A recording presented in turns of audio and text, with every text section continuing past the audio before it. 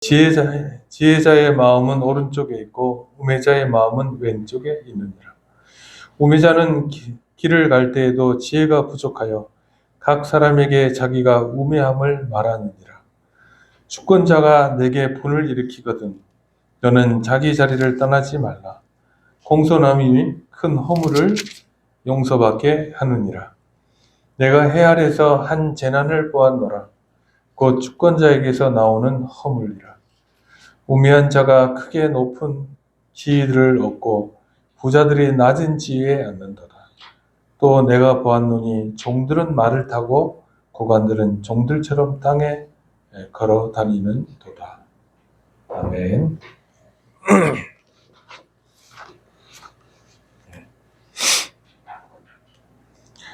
여러분 이제 벌써 10장입니다. 네, 이제 12장까지 있으니까 끝이 보이죠. 전도서를 우리가 돌이켜 보면 먼저 서론부분에는 인생의 허무함에 대해서 말을 합니다. 헛되고 헛되며 헛되고 헛되니 모든 것이 헛되다. 그렇게 시작을 하죠. 그 다음에 지혜의 한계와 인간의 어떤 성취의 한계 그리고 그 실패에 대해서 얘기를 했습니다. 여기 보면 1장 15절에 보면 구부러진 것을 곱게 할 수 없고 모자란 것을 셀 수 없도다. 그러니까 인간의 지혜라는 것이 항상 왜곡되어 있다는 겁니다. 그 다음에 그 지식의 부유함이라고 하는 것이 항상 부족해서 없다. 쓸만한 것이 없어서 셀 수가 없다. 그렇게 얘기를 했습니다. 3장에 가서는 시간의 신비를 얘기했죠. 그래서 사랑할 때와 미워할 때가 있고 찢을 때와 깨맬 때가 있고 돌을 던질 때와 걷어들일 때가 있고 그렇게 했습니다. 그 다음에 3장 11절에 하나님이 모든 것을 지으시되 때를 따라 아름답게 하셨고 또 사람들에게는 영혼을 사모하는 마음을 주셨느니라. 그러나 하나님이 하시는 일의 시종을 사람으로 측량할 수 없게 하셨다. 하나님 때를 따라 아름답게 하셨다는 것은 하나님의 작정과 또 섭리에 따라 우리 인생 속에 여러 가지 일들을 이제 조화롭게 배열해 놓으셨다 하는 뜻입니다. 그런데 그 시종을 우리가 모르니까 우리 인생에 우리는 하나님이 하는 일들을 포착하지 못할 때가 많다라고 하는 것이죠. 자, 그 다음에 점점 이제 핵심을 위해 접근하는데 세상의 어그러짐 가운데서도 조금 더 변함없이 하나님의 통치를 바라보며 하나님을 경외하라 그렇게 말합니다. 3장 14절에 보면 하나님의 행하시는 모든 것은 영원히 있을 것이라. 그 위에 더할 수도 없고 그것에서 덜할 수도 없나니 하나님의 이같이 행하심은 사람들이 그의 앞에서 경외하게 하려 하심인 줄을 내가 알았도다. 우리가 하나님의 뜻을 안다고 해도 하나님의 뜻을 우리가 바꿀 수 있지 않다. 일반적으로 모르죠. 또. 그렇죠? 그러니까 하나님의 주권적인 그 다스림이 이 세상 가운데 있다라고 하는 것입니다. 근데 사람들로 모르게 하시는 것은 하나님을 의지하고 경외하게 하기 위함이다. 그 다음에 이제 요게 전환점이라고 하면 이제 7장에 보면 여러분 이제 이 전도서는 지혜 문학 중에 하나입니다. 그래서 이제 선지자들이 있었죠, 여러분 선지자들. 구약시대에 선지자들이 있었다고 하면 또 한편에는 지혜자들이 있었어요. 그 지혜자들은 이 세상에 비추어 하나님의 뜻을 풀어 설명하는 자들이 이제 지혜자들이고 그 그룹을 인도했던 그 대표적인 사람이 누구냐라고 하면 솔로몬입니다. 솔로몬의 지혜를 자꾸 얘기하는 것은 그렇게 때문이죠. 자, 그래서 이제 여기 보면 지혜자들이 이제 추구하는 것은 고상한 삶입니다. 그래서 여기 7장 1절에 보면 좋은 이름이 좋은 기름보다 낫고 죽는 날이 출생하는 날보다 나으며 라고 얘기를 합니다. 이것이 이제 그들이 추구하는 것이에요. 그래서 좋은 이름이라고 하는 것은 죽을 때까지 실수하지 아니하고 고상한 삶을 살아가는 것. 그게 이제 그들의 인생의 목표였다. 그것을 추구하는 것이 지혜자들의 사명으로 여겨졌다라고 하는 것입니다. 그러나 그 지혜가 실제 삶 속에서는 아무런 힘도 발휘할 수 없었다고 또 전도자는 얘기를 합니다. 7장 7절에 보면 탐욕이 지혜자를 우매하게 하고 뇌물이 사람의 명철을 망하게 하느니라. 자기가 이제 제야에 있을 때는 지혜를 가지고 막 그 권력 있는 자들을 비판하지만 정작 그 사람들이 그 권력을 가졌을 때는 똑같다는 거죠. 똑같아. 그러므로 인간의 지혜라는 것이 한없이 무능하고 인간의 한계를 극복할 수 없다는 사실을 발견한 것입니다. 7장 23절에 보면 내가 이 모든 것을 지혜로 시험하며 스스로 이르기를 내가 지혜자가 되리라 하였으나 지혜가 나를 멀리 하였도다. 그렇게 얘기를 합니다. 그래서 이제 다시 돌아가는 거예요. 인생의 허물을 얘기합니다. 결론은 인생은 허무하다. 그러니까 하나님의 말씀을 쫓아 사는 것 외에 다른 방법이 없다. 그게 이제 결론이에요. 12장에. 자, 그리고 지난 시간에는 이런 이제 논의 중에 중요한 부분 하나 다뤘죠. 뭐냐면 필연과 우연의 문제였습니다. 하나님의 필연이 세상을 다스리고 계시지만 인간은 우연이라는 혼미 속에 빠져드는 것임을 전도자는 보았습니다. 이거 모르는 거예요. 그 얘기를 뭐 세상스럽게 한 게 아니라 쭉 얘기해 왔습니다. 아름답게 우리의 삶의 시간을 속에서 우리의 삶을 아름답게 하셨으나 그 시종을 우리가 알 수 없게 하셨다. 그렇게 하셨다. 그렇죠.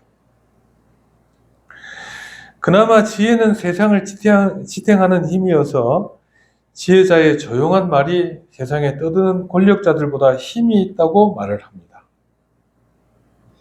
조용히 들리는 지혜자들의 말이 우매한 자들을 다스리는 자의 호령보다 나으니라.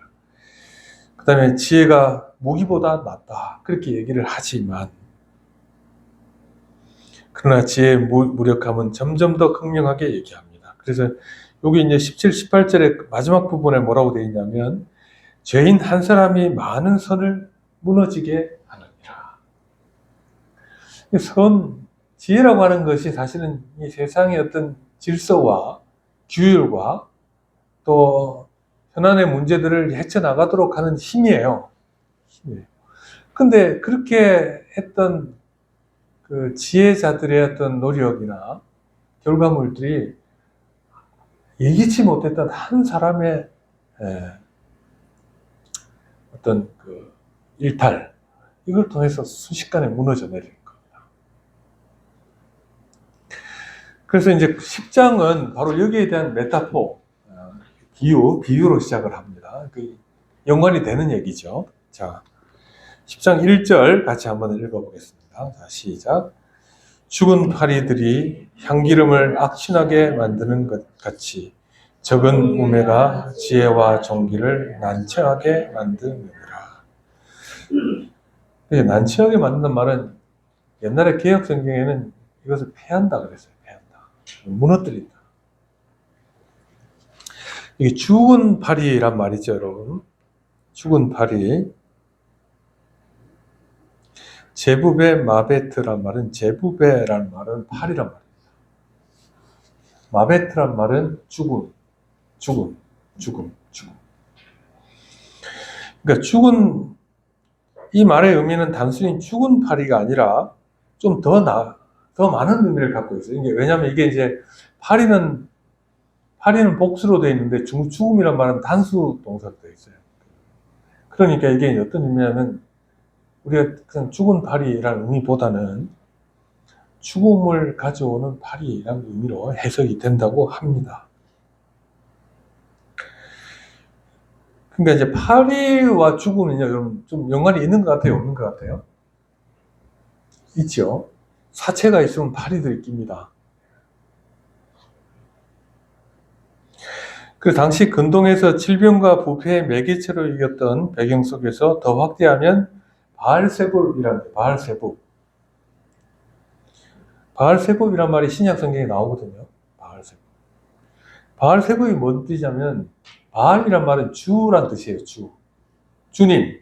주님. 그래서 하나님을 바알이라고 부른 적이 있습니다. 여러분. 성경에 보면. 주란 뜻이에요. 주. 세불이란 말은 뭐죠? 팔이란 말이죠. 팔이. 아까 여기 제부배란 말이 있었죠? 바알세불이라고 할 때 이건 이제 그럼 합치면 무슨 뜻이 되죠? 파리의 주가 되죠. 그래 여러분 옛날에 그 노벨 문학상 받은 파리 대왕이라고 있었죠? 그게 바알세불에서 온 말이에요. 바알세불. 파리 대왕 무인도에 그 청년들이 있어가지고 서로 막 권력을 행사하고 막 서로 죽이고 하는 그런 얘기들이 나오죠. 그러니까 바알세불이라는 말에서 볼 수 있듯이 악하고 혼란스러운 세력의 상징으로 여겼습니다. 그러니까 악하고 혼란스러운 것을 가져오는 세력. 이제 이렇게 확대 해석할 수 있어요. 이 해석을 합니다. 성경학자들이. 죽은 팔이란 말이. 그러므로 지혜로 유지되던 세상이 적은 우매함으로 인해 모든 것을 부패하고 썩은 것으로 만드는 것. 그래서 팔이란 말은 죽음과 부패를 가져오는 것을 말합니다. 자, 그러니까 향기름에 파리 한 마리가 들어와가지고는 향기름 전체를 부패하게 한다. 향기름이라고 하는 것은 여러분 화장품일 수도 있고 향수라는 의미도 있어요. 향수. 자, 이것을 통해 우리는 선과 악의 비대칭성의 원리를 깨달아야 합니다. 비대칭성. 우리 그 이우정 집사 저기 군인이니까 비대칭 전력이란 말 알죠? 뭐예요? 그냥 일반 전력보다 혹시 피해가 크게 그렇죠. 그러니까 대칭 전력이라고 하는 것은 만약에 우리가 이제 탱크가 많고 우리 뭐 K9 자주보가 있고 이렇게 하잖아요. 그러니까 북한이 우리가 대칭 전력으로는 상대가 안 되거든요. 그러니까 비대칭 전력을 만들었어요. 그게 뭐냐면 핵무기. 근데요, 그러니까 힘들게 대칭 전력을 구축해놔도 비대칭 전력 때문에 다 망가지는 거예요. 오히려 더 약세가 돼버리는 거죠. 근데 선과 악도 비대칭성이 있습니다. 선을 위해서 많은 노력을 해가지고 구축해 나온 선이 파리 한 마리 때문에 망가지는 거예요. 자, 향기름을 만들기 위해서는 수많은 재료와 공정과 시간이 필요하지만 그것을 망치는 데는 죽은 파리 한 마리와 순간의 시간이면 족하다는 얘기입니다. 그래서 여기 보면 1절에 뒤에 보면 뭐라고 되어 있냐면 적은 우매가 지혜와 종기보다 무거우니라 그렇게 되어 있습니다. 말은 영향력의 측면에서 부정적인 요소가 이 말은 영향력의 측면에서 부정적인 요소가 긍정적인 요소보다 훨씬 강한 파급력을 가지고 있다는 것을 말합니다. 그 선을 그쪽에서 그렇게 애를 써서 향기름을 만들었는데 파리 한 마리가 거의 빠지면 못 쓰게 돼요. 이것은 인간의 지혜와 능력이 세운 것이 얼마나 취약하냐. 다른 말로 하면 뭐죠, 여러분? 지혜라고 하는 것이 얼마나 취약한 것이냐. 인간의 지혜.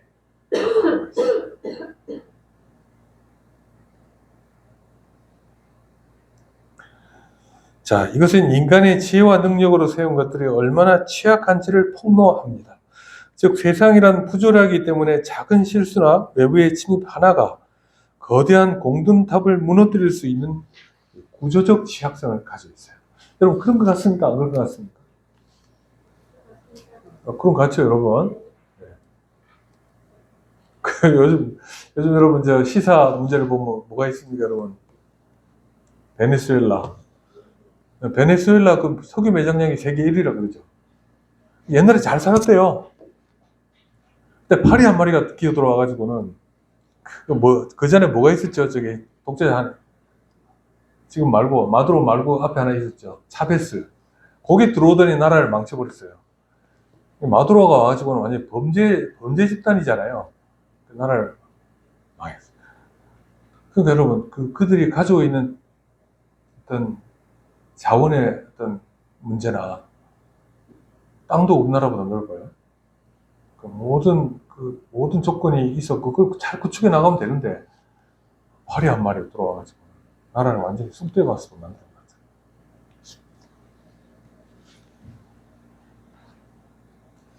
자, 그러니까 세상에 그런 일이 많다는 겁니다, 여러분. 많아요. 교회사의 얘기를 하나, 제가 발췌를 했습니다. 자, 교회사에도 이 원리가 반복되는데, 4세기 초에 알렉산드리아의 장로였던 아리우스라는 인물이 있습니다. 여러분, 아리우스 잘 아시죠? 이 장로라는 게 직분자예요. 그럼 옛날에는 성직자였어요. 집사도. 그는 금욕적이고 도덕적인 사람이었으나 예수님의 신성에 대해 아주 작은 논리적 의문을 제기했습니다. 자, 성자가 하나님으로부터 나아졌다. 나았다는 말이 있죠. 성자가 존재하지 않던, 그러니까 성자께서 존재하시지 않았던 때가 있었다라고 생각을 한 것입니다. 나왔으니까, 낳기 전에는 성자께서 안 계셨을 거 아니냐, 이렇게 생각한 거죠. 언뜻 보면 논리적인 듯한 이 짧은 문장 하나가 인간적인 지혜에서 나온 이 작은 우매, 이것이 삽시간에 로마 제국 전체를 혼란에 빠뜨렸습니다. 이 작은 불신은 교회를 둘로 쪼개놨습니다. 수많은 성도가 서로를 정죄하게 만들었습니다.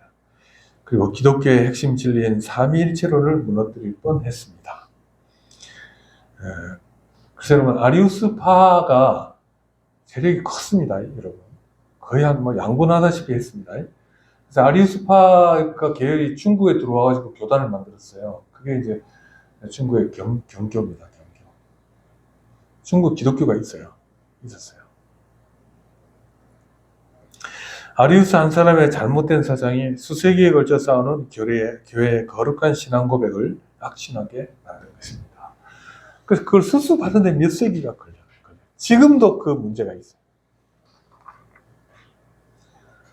나아졌으니까 하나님이 아니시라는 거예요, 예수님께서. 자, 이런 경고는 개인을 넘어 공동체적 차원으로 확장이 되는데, 공동체 내에서 한 사람의 어리석은 리더, 또 하나의 잘못된 결정, 작은 도덕적 타협이라는 것, 이런 작은 우매가 전체 조직과 거룩함과 질서를 순식간에 오염시킬 수가 있습니다. 자, 이는 인간의 지혜가 구원의 도구가 될 수 없고 하나님의 은혜와 보호하심만이 이 죽은 파리의 위협으로부터 우리를 지킬 수 있다는 것을 보여줍니다. 그 인간의 지혜로 우리의 구원을 성취시키는 것은 불가능해요. 그러니까 요즘 우리 좀 소위 말하면 자유주의 신학자들이 말하는 것들이 인간의 어떤 이성을 가지고 하나님을 판단하고 성경을 판단하고 이렇게 하는데 그들은 반드시 이상한 방향으로 가요. 자, 칼뱅은 이것을 인간의 죄의 문제로 연결을 시킵니다. 그래서 인간의 타락이 지성, 감정, 의지 등 전인격적인 영향을 미쳤다고 봅니다. 그러므로 죄는 부분적인 오점이 아니라 전체적인 전체를 오염시키는 치명적인 독소가 된다. 죄가 들어오면 순식간에 모든 것을 무너뜨린다.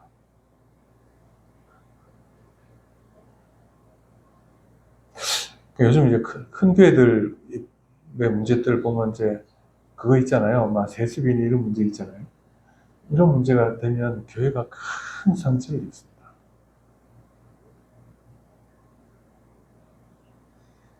그리고 세속적인 어떤 주장들을 가지고 들어오면 교회가 나눠집니다. 서초동에 있는 큰 교회가 하나 있었거든요. 전임자가 제자훈련 열심히 하면서 이렇게 세워놨는데 후임자가 와가지고 방향을 세속적인 방향으로 틀어버리니까 교회가 그냥 둘로 나눠져 버렸죠. 한국 교회에 큰 상처가 됐습니다. 자, 적은 누룩이 온 등에 퍼지느니라 그랬듯이, 그러니까 교회를 지키기 위해서 이 작은 누룩을 조심해야 되는 것처럼 작은 부분에서부터 잘해야 돼요. 칼빈은 사탄은 복음 전체를 한꺼번에 무너뜨리려고 하지 않고 작은 거짓교리나 부패를 통해 서서히 순수성을 타락시킨다.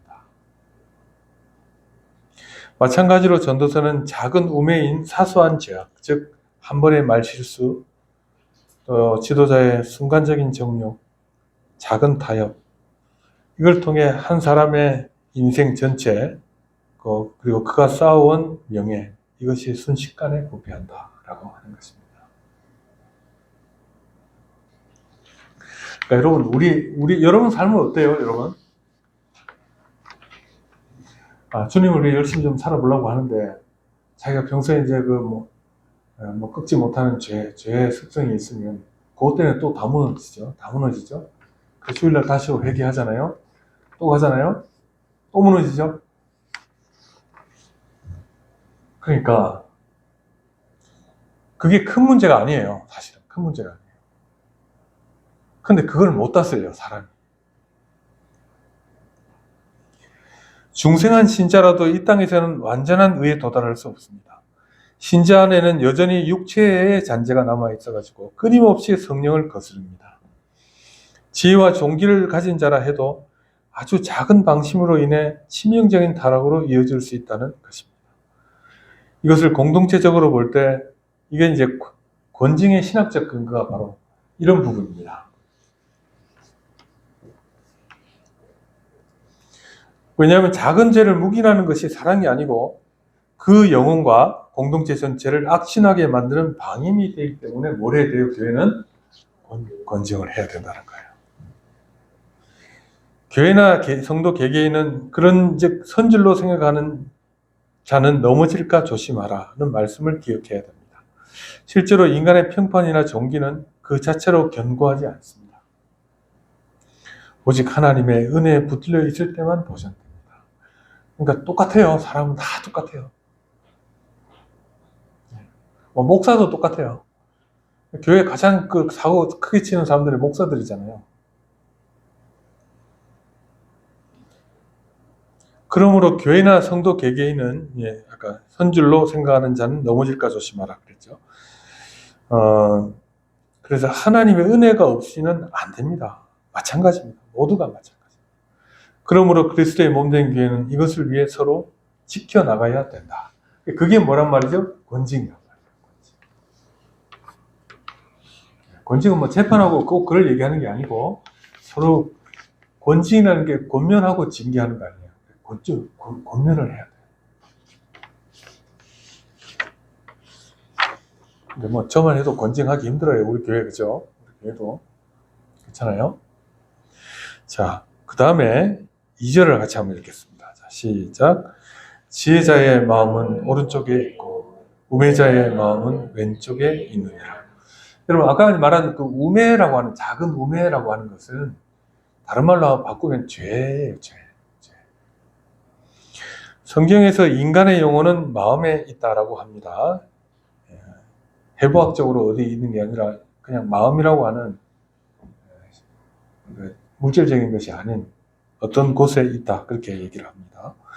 그 영혼이 오른쪽에 있느냐 왼쪽에 있느냐는 한 사람의 가치의 방향이 어느 쪽을 지향하느냐 하는 것과 관련되어 있습니다. 보통 성경에서 오른쪽은 왼손잡이에 대해서 비하하는 게 아니고, 자, 오른쪽은 성경에서 능력, 보호, 호의, 그리고 올바름을 상징합니다.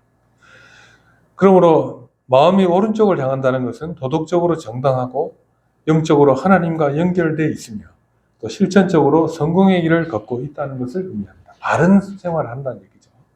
반면에 왼쪽을 향한다는 것은 불운, 연약함, 도덕적 일탈, 이런 것들을 상징합니다. 자, 그렇기 때문에 지성, 의지, 감정의 통합적인 중심인 마음의 지향점, 마음이 어느 쪽을 향하느냐 하는 것이 인간의 운명을 결정하는 것입니다. 이건 이제 굉장히 도덕적인 문제로 생각할 수 있는데요. 우리가 구원론 배우면요, 사람의 부패라고 하는 것이요, 지향성이에요, 지향성. 네. 사람은 다 어떻게 돼 있지? 가만히 놔두면 어떻게 하죠? 죄를 지어요. 자면서도 죄를 지어요. 지향성이 그렇게 돼요. 자, 자연인 우매자의 마음은 본성적으로 하나님을 거역하는 왼쪽으로 기울어져 있습니다. 그들은 선을 행할 능력이 없으며 오직 악을 향해 달려갑니다. 반면에 지혜자의 마음은 오른쪽에 가 있는데 그가 스스로 힘으로 지혜로워진 것이 아니라 성령의 중생케 하시는 은혜로 말미암아 그의 의지가 하나님을 향한 거룩한 방향으로 재조정되었음을 의미합니다. 여러분 이거 잘 주의하세요. 그럼 나는 예수 믿었는데 항상 오른쪽을 지향하느냐? 그래요, 안 그래요? 오히려 더 왼쪽을 더 많이 지향하죠. 근데 어떤 것이 있냐면 이거예요. 보세요. 자, 죄를 지었죠. 근데요, 하나님께서 그걸 돌이키게 하세요. 그리고 그 안에서 행복을 맛봐요. 그게 이제 하나님 주신 은혜예요. 그러니까 지향하는 게 내 의지로 오른쪽을 지향할 수 있는 게 아니다. 그 말이죠. 여러분, 예배 드리는 거 있죠? 상당히 여러분, 예배는 은혜가 있습니다. 막, 예배하기 전에 막 화를 벌벌 내고 막 죄를 짓고 있다가 예배 참석하잖아요. 그럼 사람들 대체 어떻게 됩니까? 후회하죠. 후회하죠. 하나님의 은혜가 있는 거예요. 그죠? 교인들이 이제 모여야 되는 거예요. 그러니까. 자, 그래서 신자들은 중생케함을 통해 가지고 이 방향성이 생기는데, 중생케한 은혜로 말미암아 그의 의지가 하나님을 향한 거룩한 방향으로 재조정되었음을 의미합니다. 이것을 제2의 창조, 중생은 제2의 창조예요. 인간의 본성은 죄로 인해 왜곡되어 있으나 구속의 은혜는 이를 회복시켜 하나님의 영광을 위한 삶으로 우리를 인도해 갑니다. 따라서 본문은 인간의 의지를 옹호해서 스스로 무엇을 결정했고 또 할 수 있다는 것을 말하는 것이 아니라, 자, 지혜자의 마음은 오른쪽에 있다라고 하는 말이 무슨 말이냐 하면, 구원받은 자와 유기된 자의 근본적인 도덕적인 방향성이 아니라 존재론적 차이를 말하는 거예요. 하나님은 우리를 돌이키게 하세요. 믿으시죠? 여러분? 네. 자,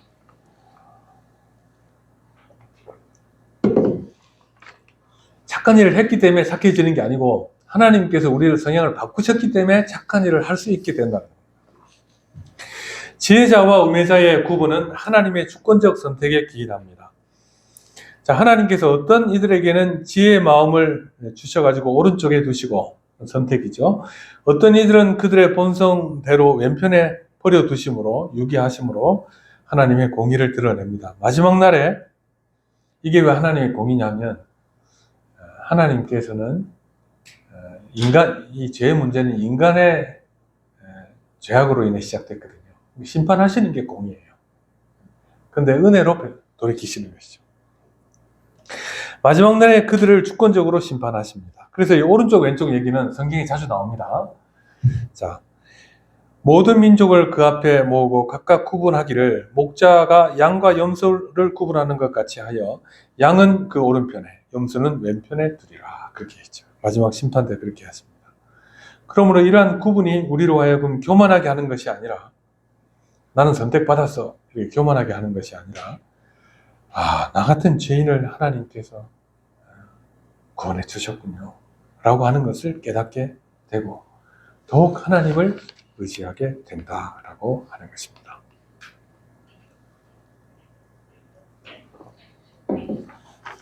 오늘 설교 굉장히 딱딱하죠, 여러분? 자, 그러면 3절을 보겠습니다. 자, 시작. 우매한 자는 길을 갈 때에도 지혜가 부족하여 각 사람에게 자기가 우매함을 말하느니라. 티를 낸다는 거예요.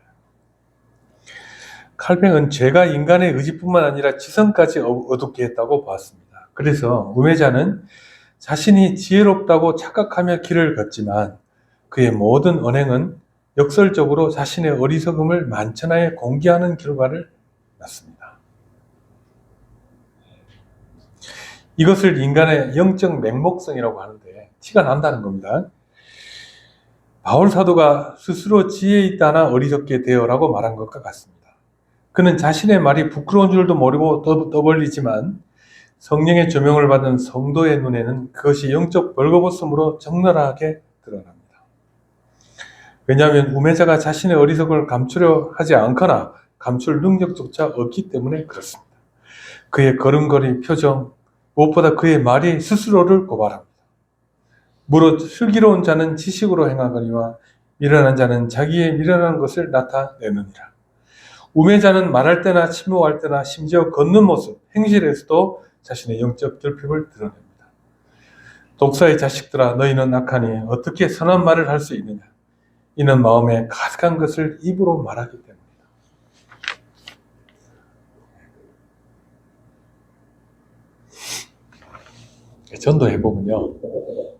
전도해보면 얘기를 해보잖아요. 그럼 이 사람이 신자인지 안 신자인지 대체로 압니다. 알 수 있습니까? 없습니까, 여러분? 알 수 있어요. 그래서 성경에 대해서 1시간 넘게 얘기해도 나중에 뭐 오늘 그 느낀 점 얘기해봐 이렇게 얘기하면 내용이 없어요. 내용이 없어요. 자기의 그 개똥 철학을 얘기를 하는 것으로 끝냅니다. 그것이에요. 그래서 우매자는 길을 갈 때에도 지혜가 부족하여 각 사람에게 자기가 우매함을 말할 수밖에 없다. 근데 그렇다고 하면 신자들도 이것이 적용되겠죠, 여러분. 자, 보십시오. 신자의 삶이 세상에서 어떻게 비치는지에 대한 교훈을 줍니다. 칼뱅은 성도가 세상의 영국 무대 위에 서 있다라고 말했습니다. 우매자와 마찬가지로 우리의 행위는 숨겨질 수 없고 길을 갈 때 일상생활에 드러나는 모습이 곧 우리의 정체성입니다. 우매자가 우매함을 광고하고 다니듯이 성도들은 자신의 삶을 통해 하나님의 지혜와 거룩함을 세상에 말해야 합니다. 이것은 말로 하는 전도보다 더 분명한 증거가 될 수 있습니다. 왜냐하면 삶의 태도와 행실로 드러나는 증거는 더 능력이 있기 때문에 그렇습니다. 자, 그럼 여러분들은 티를 내고 다닐까요? 안 티를 내고 다닐까요, 여러분?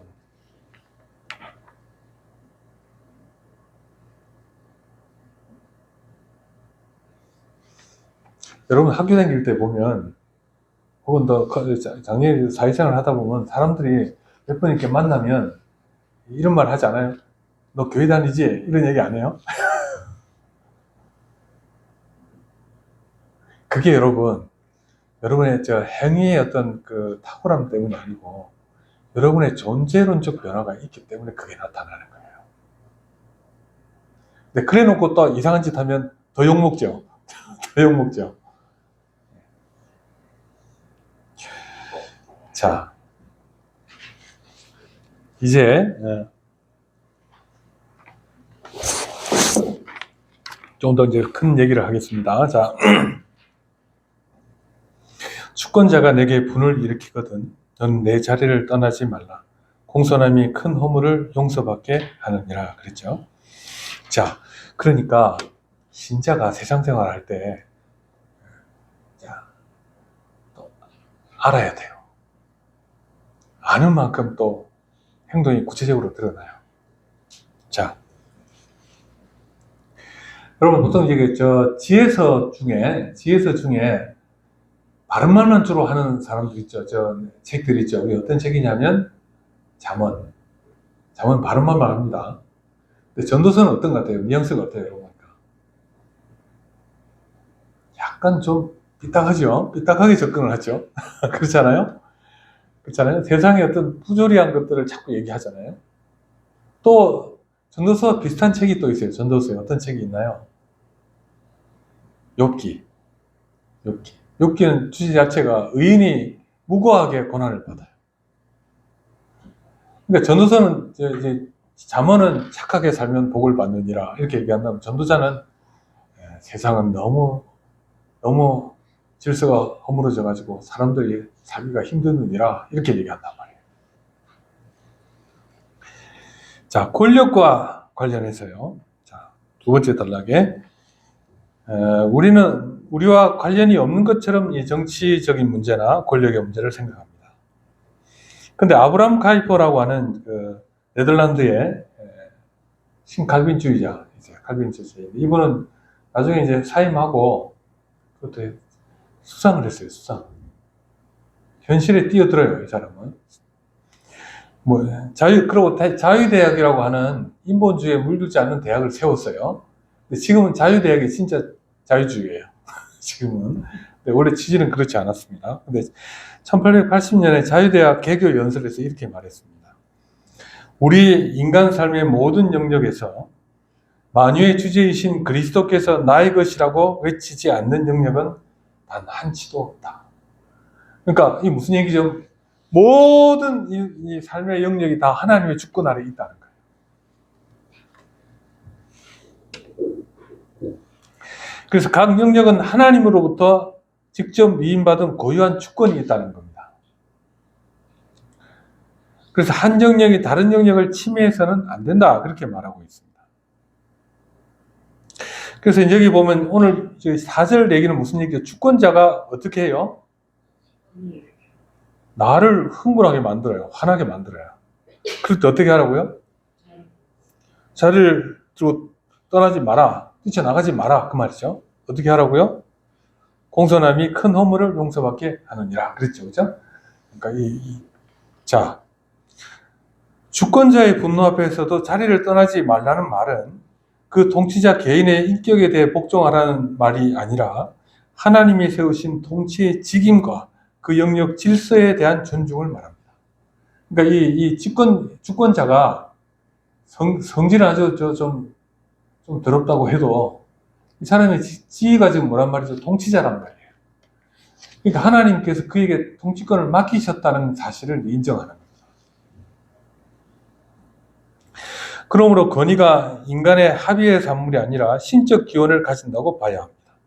통치자의 부당한 분노와 핍박에 대해서도 그 자리를 박차고 나가는 것이 아니라 그 영역 안에 주어진 질서를 지키며 문제를 해결하는 것이 지혜다. 그렇게 말하는 것이죠.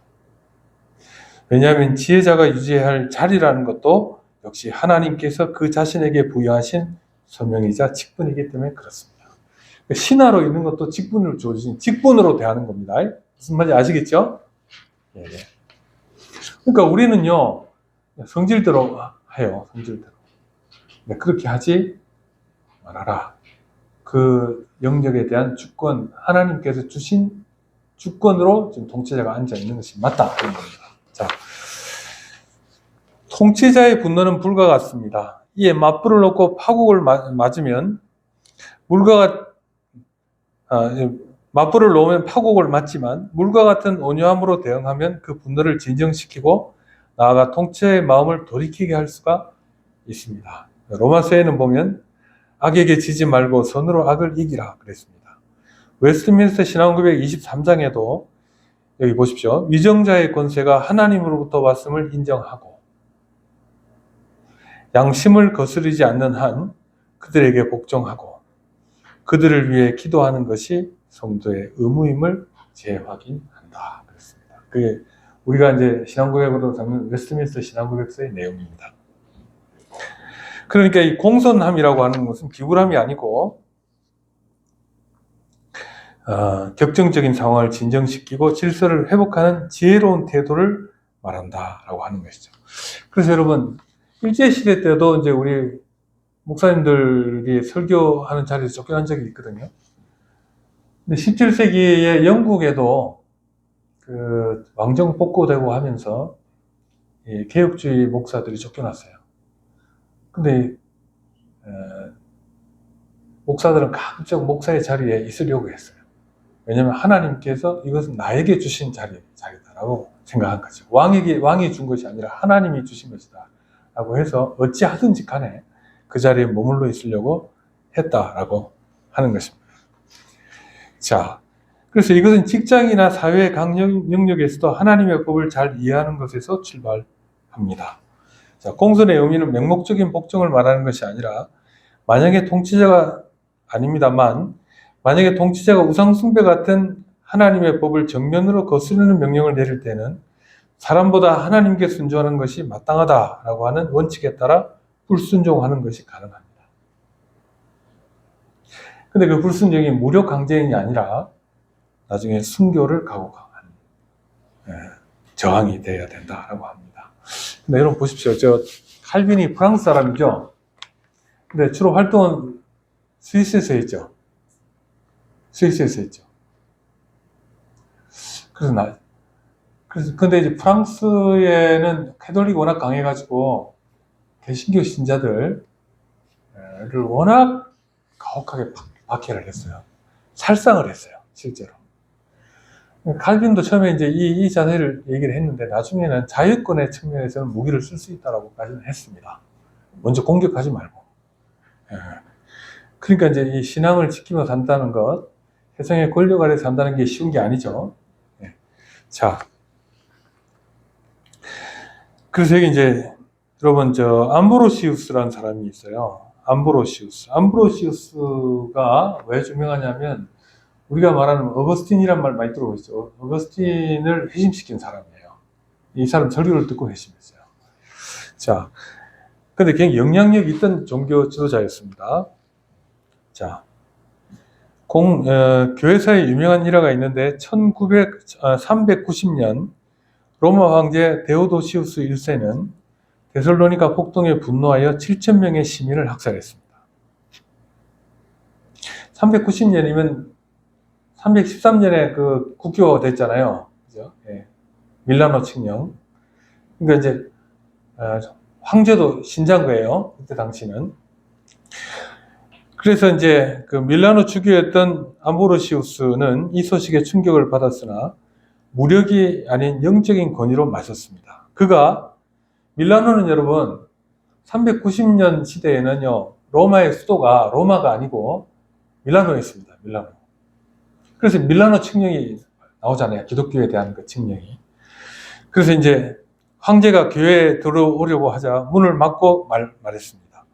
황제여, 당신의 손은 피로 물들어 있습니다. 다윗도 피를 흘렸기 때문에 회개했습니다. 회개 없이는 거룩한 성전들을 밟을 수 없습니다. 근데 황제도 신앙이 좀 있었던 것 같아요. 천하를 호령하던 황제였지만 암브로시우스의 이 단호하고도 거룩한 공손함, 질서에 입각한 말 앞에 무너졌습니다. 결국 황제는 주교복을 벗고 왕복을 벗은 거죠. 평복을 입은 채 눈물로 공개 회개했습니다. 암브로시우스가 자기 자리를 지키며 영적 질서로 대응했을 때 황제의 분노와 죄악을 멈추게 한 것입니다. 죽을 수도 있었어요. 암브로시우스. 그러나 용감하게 했습니다. 칼을 들고 싸우지는 않았죠. 자, 우리 이제 마지막 부분을 보겠습니다. 같이 한번 읽어보죠. 자, 시작. 내가 해 아래에서 한 가지 재난을 보았노니 곧 주권자에게서 나오는 허물이라. 우매한 자가 크게 높은 지위를 얻고 부자들이 낮은 지위에 앉는도다. 또 내가 보았노니 종들은 말을 타고 국관들은 종들이 땅에서 걸어 다니는 도다. 네, 오늘 왜 이렇게 힘이 들지 모르겠네요.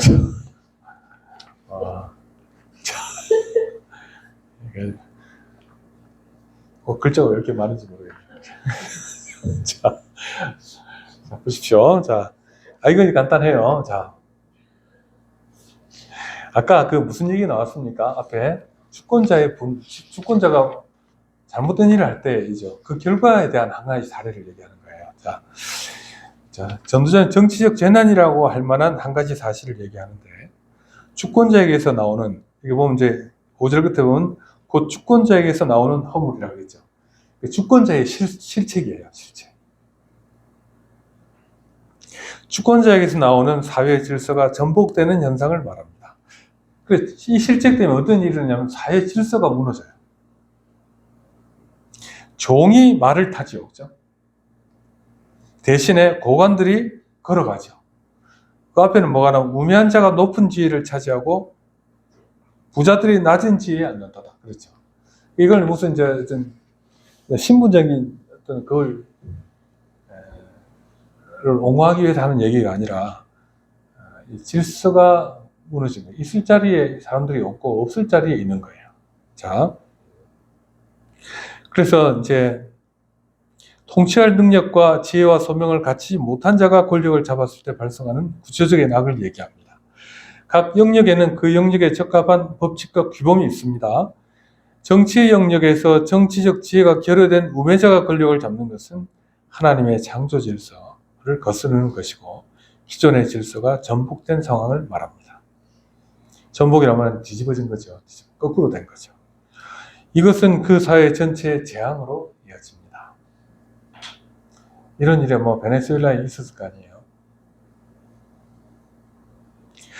자, 그러나 이것이 하나님의 주권적 섭리일 수 있다는 것도 깨달아야 됩니다. 이게 중요해요. 이게 중요한 거예요. 왜냐하면 하나님께서는 때때로 누가복음 1장의 그 마리아의 노래에 보면 이런 얘기가 있습니다. 권세 있는 자를 그 위에서 내리치셨으며 비천한 자를 높이셨다. 이거 전복된 거죠. 권세 있는 자를 땅바닥에 내동댕이 치시고 비천한 자를 그 자리에 올리셨다. 그 말이에요. 그럴 때가 있다는 얘기예요. 하나님께서 그럴 때가 있다.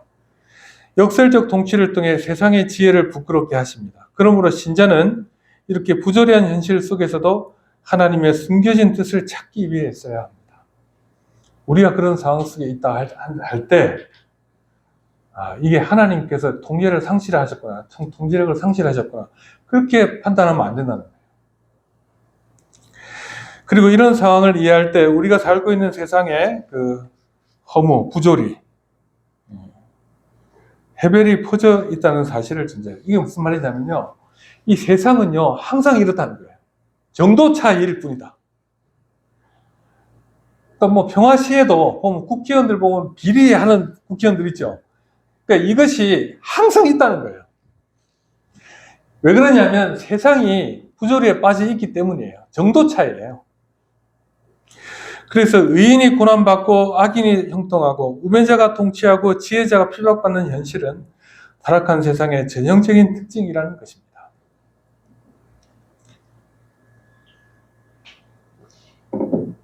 자, 이럴 때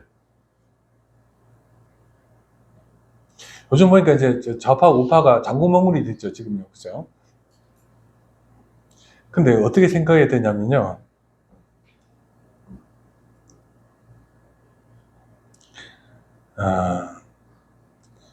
어떻게 생각해야 되냐면 신자들은 이런 혼란 속에서조차도 하나님의 주권 아래에 있음을 믿어야 합니다.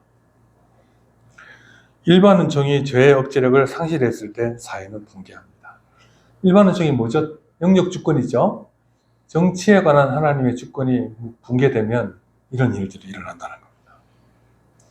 그러나 주권에서 나오는 허물은 지도자의 타락이 어떻게 하나님께서 세우신 위계 질서를 무너뜨리는지를 보여줍니다. 그러니까 여러분, 이런 일들이 일어나면 우리가 객관적으로 볼 때는 질서가 허물어진 게 맞죠. 허물어졌잖아요. 악인이 뭐 왕이 되고. 그렇죠. 근데 여러분, 이럴 때 어떻게 해야 되냐면, 저 나쁜 놈을 내가 쫓아내야 되겠다. 그렇게 해서는 안 되는 겁니다. 어떻게 해야 되냐면 이거예요. 이는 역설적으로 백성들로 하여금 올바른 질서의 회복을 갈망하게 만드는 겁니다. 하나님의 섭리 가운데 있어요. 모든 일이. 권력이 뭐 있죠. 한자가 있죠. 얼마 못 간다는 그 한자가 있는지 기억이 안 나네요. 네, 권력이 오래 못 가요. 그러나 이 가운데서도 하나님의 섭리가 있다라고 하는 겁니다. 하나님의, 그러니까 이게 앞부분 뒷부분이 여러분 연결이 잘 안 되는데, 그 다음에 다음 주에 또 연결이 안 되거든요. 통합적으로 보면 연결이 돼요. 네. 자, 그러니까 하나님의 숨은 뜻을 바라봐야 하는 겁니다. 연결되죠? 지금은 이제 파리가 빠져가지고 지금 세상이 원래 아담 이후로 파리가 들어와가지고는 지금은 난리가 나는 세상이다 그 말이에요. 자, 무사히 끝났습니다. 자, 기도하겠습니다. 하나님 아버지, 주님께서 만든 세상이 참으로 순적하게 돌아가는 경우는 거의 없는 것임을 우리가 경험으로 알 수 있습니다. 그럼에도 하나님의 섭리는 살아있고, 그렇기 때문에 우리는 모든 순간에 하나님의 섭리하심을 바라보고 하나님의 뜻을 구합니다. 우리에게 당면한 일, 또 우리 공동체가 겪고 있는 일, 이 모든 일 속에 하나님의 뜻을 구하는 자로 살아가게 하시고 신자임으로 더욱 그리하게 하여 주시옵소서. 주님께서 우리의 개인사에도 이해할 수 없는 일들이 일어나나 하나님의 통치하심이 어그러진 것이 아님을 믿고 신뢰하며 끝까지 하나님을 붙드는 자가 되게 하여 주시옵소서. 주께서 이 시간도 우리와 함께 계심을 인하여 감사드리옵고 예수님의 이름으로 기도하옵나이다. 아멘. 자, 다 같이 일어서셔서 시편 찬송